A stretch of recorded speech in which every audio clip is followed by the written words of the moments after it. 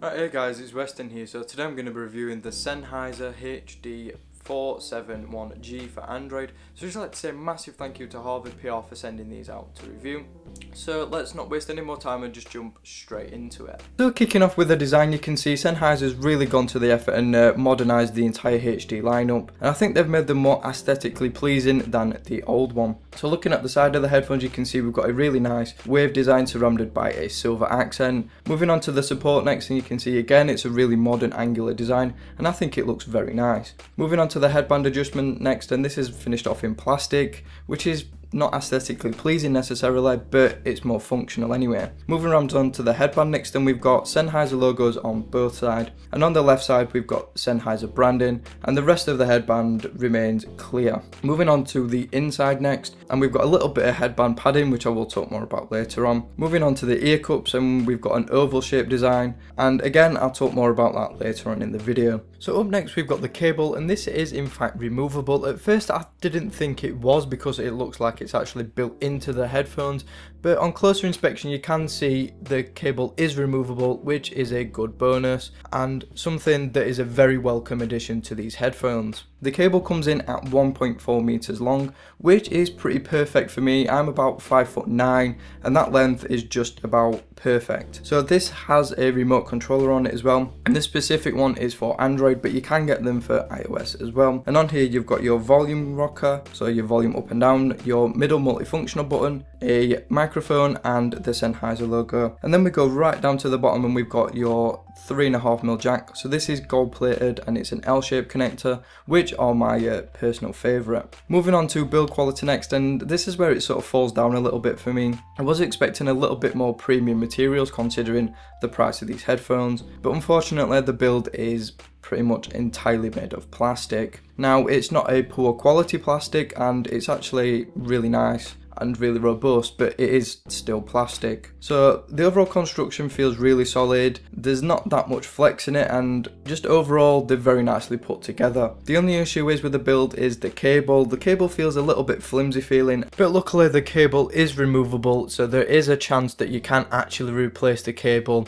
if it does break. The remote controller again feels a little bit plasticky, but the buttons do have a nice tactile feel, which is good. So on to strain relief next, and this is something that is missing from the top of the cable, and because it's removable and it's actually quite difficult to remove it, it would have nice to have seen a little bit extra protection in the form of strain relief at the top of this cable.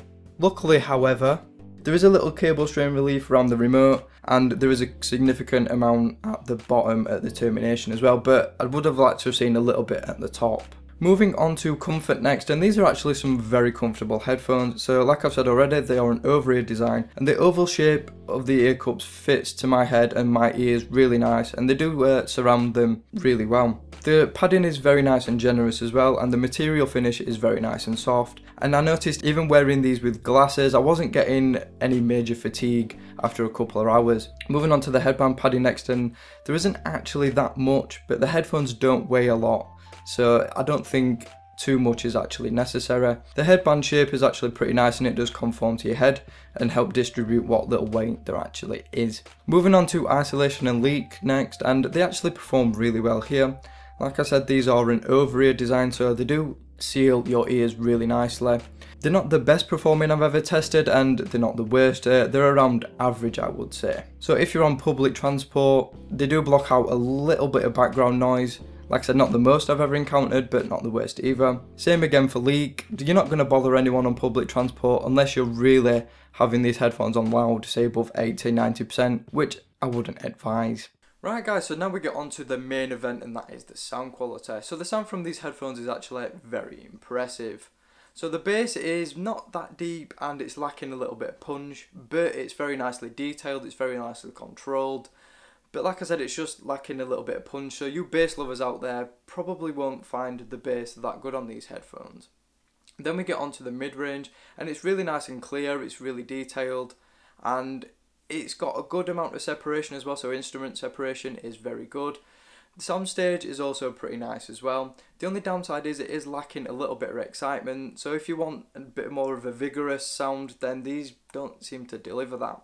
Then we get on to the vocal performance, and again it's pretty much the same as the mid-range. It's very clean, it's very minimal sounding, and they sound very natural. However, it's just lacking a little bit of zest and a little bit of a sort of zing to it. So yeah, there is that. Then we get on to the high frequencies, and again these are very good, they're very nice and clear, they're very well controlled, and they don't sort of seep into the sound too much, which I quite like. So overall for the sound quality, they are actually very impressive, and it might not sound like I've just said they are, but they are really impressive. It's just the difference what I like.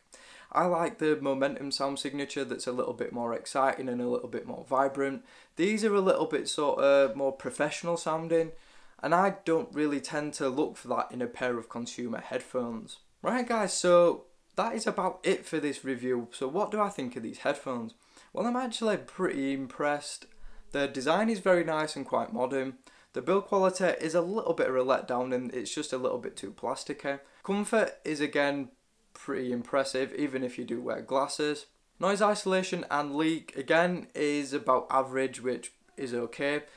Then we get on to the price of these headphones, and current prices will be linked down in the description, but I think they are a little bit too expensive in my opinion. If they were say £10–15 cheaper, these would be a great buy, but as they are priced now, I think they are a little bit too expensive for what they are. Right guys, so that is pretty much it for this video. If you've got any questions about this product in particular or any other product, drop me a comment down below and I will answer that for you. If you haven't subscribed, hit that subscribe button for more videos like this and more coming very soon.